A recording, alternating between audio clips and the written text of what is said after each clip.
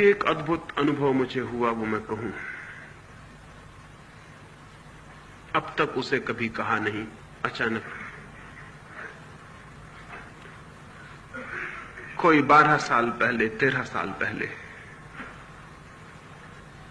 बहुत रातों तक एक वृक्ष के ऊपर बैठकर ध्यान करता था। ऐसा बार बार अनुभव हुआ कि जमीन पर बैठकर ध्यान करने पर शरीर बहुत प्रबल होता है।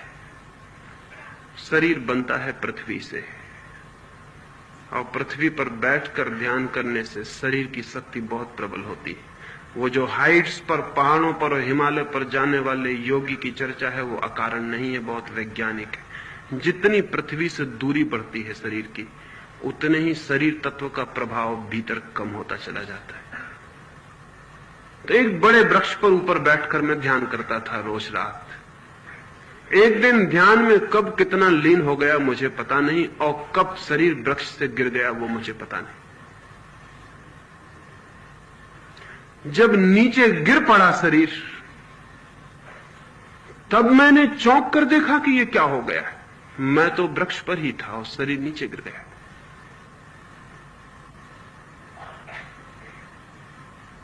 कैसा हुआ अनुभव कहना बहुत मुश्किल है।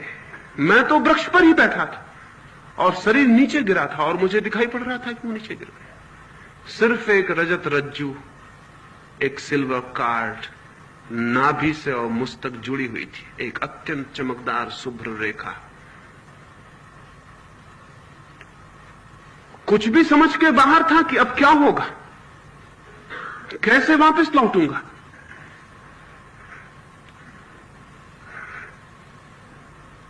कितनी देर यह अवस्था रही वो भी पता नहीं, लेकिन अपूर्व अनुभव हुआ।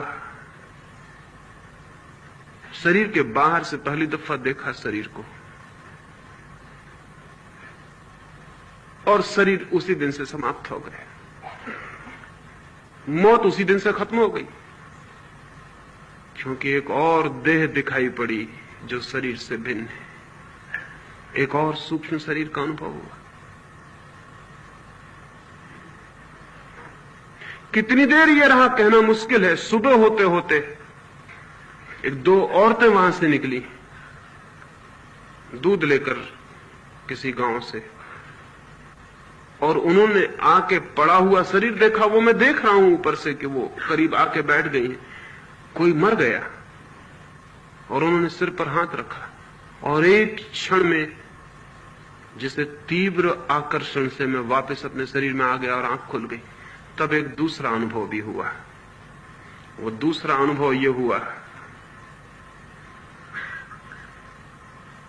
कि स्त्री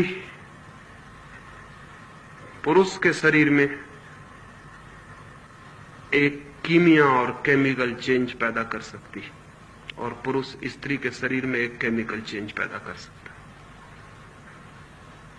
है। ये भी ख्याल हुआ कि उस स्त्री का छूना और मेरा वापस लौट आना, ये कैसे हो गया। फिर तो बहुत अनुभव हुए इस बात के, और तब मुझे समझ में आया कि हिंदुस्तान में जिन तांत्रिकों ने समाधि पर और मृत्यु पर सर्वाधिक प्रयोग किए थे, उन्होंने क्यों स्त्रियों को भी अपने साथ बांध लिया था।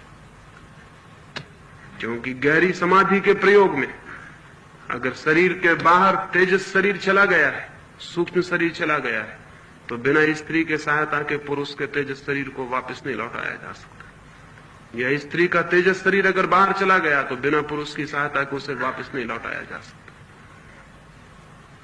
स्त्री और पुरुष के शरीर के मिलते ही एक विद्युत वृत्त, एक इलेक्ट्रिक सर्किल पूरा हो जाता है, और वो जो बाहर निकल गई है चेतना तीव्रता से भीतर वापस लौट आती है।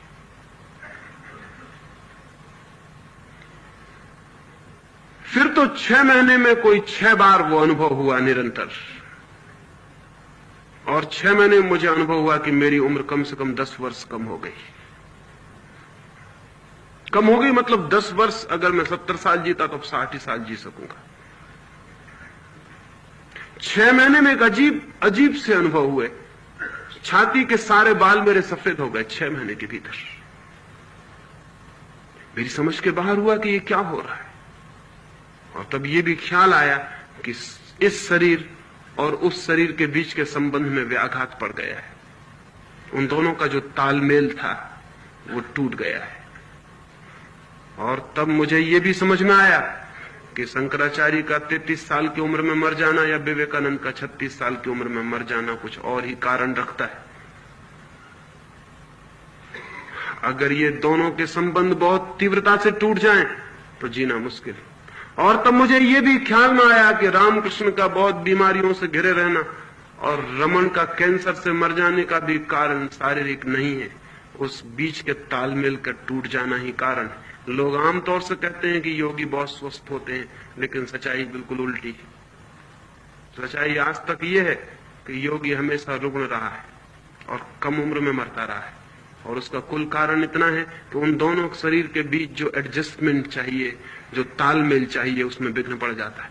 जैसे ही एक बार वो शरीर बाहर हुआ, फिर ठीक से पूरी तरह कभी भी पूरी अवस्था में भीतर प्रविष्ट नहीं हो पाता है। लेकिन उसकी कोई जरूरत भी नहीं रह जाती, उसका कोई प्रयोजन भी नहीं रह जाता, उसका कोई अर्थ भी नहीं रह जाता। संकल्प से खींची जा सकती है ऊर्जा भीतर, सिर्फ संकल्प से। सिर्फ ये धारणा, सिर्फ ये भावना कि मैं अंदर वापस लौट आऊं, वापस लौट आऊं, वापस लौट आऊं, इसकी तीव्र पुकार, इसका तीव्र आंदोलन, पूरे प्राण इससे भर जाए, मैं केंद्र पर वापस लौट आऊं, मैं वापस लौट आऊं, मैं वापस लौट आऊं। इसकी इतनी तीव्र पुकार कि ये सारे कण कण में शरीर के गूंज जाए, श्वास श्वास को पकड़ ले। और किसी भी दिन ये घटना घट जाती कि एक झटके के साथ आप भीतर पहुंच जाते और पहली दफा फ्रॉम विद इन शरीर को देखते। ये जो हजारों नाड़ियों की बात की है योग ने, वो फिजियोलॉजी को जानकर नहीं की है, शरीर शास्त्र से उसका कोई संबंध नहीं। वे नाड़ियां जानी गई हैं भीतर से। और इसलिए आज जब फिजियोलॉजी उनका विचार करती तो पाती ये नाड़ी कहां है, ये जो 7 चक्र बताए हैं ये कहां है? वे कहीं भी नहीं है शरीर में। शरीर में वे कहीं भी नहीं है, क्योंकि शरीर को हम बाहर से जांच रहे हैं, वे कहीं नहीं मिलेंगे। एक और जांच है शरीर को भीतर से जानना, इनर फिजियोलॉजी। वो बहुत सटल फिजियोलॉजी है, वो बहुत सूक्ष्म शरीर शास्त्र है। वहां से जानने पर जो नाड़ियां जानी गई और जो केंद्र जाने गए वो बिल्कुल अलग है। इस शरीर में खोजने से वो कहीं भी नहीं मिलेंगे। वे केंद्र इस शरीर और उस भीतर की आत्मा के कांटेक्ट फील्ड से, जहां ये दोनों मिलते हैं। सबसे बड़ा कांटेक्ट फील्ड, सबसे बड़ा संपर्क का स्थल नाभि है। इसलिए आपको ख्याल होगा कि अगर आप कार चला रहे हैं और एकदम से एक्सीडेंट होने लगे तो सबसे पहले नाभि प्रभावित हो जाएगी, एकदम नाभि अस्त व्यस्त हो जाएगी, क्योंकि वहां सबसे ज्यादा गहरा उस आत्मा और इस शरीर के बीच संबंध का क्षेत्र है। वो सबसे पहले अस्त व्यस्त हो जाएगा मौत को देखकर। जैसे ही मौत सामने दिखाई पड़ेगी, नाड़ी अस्त व्यस्त हो जाएगी।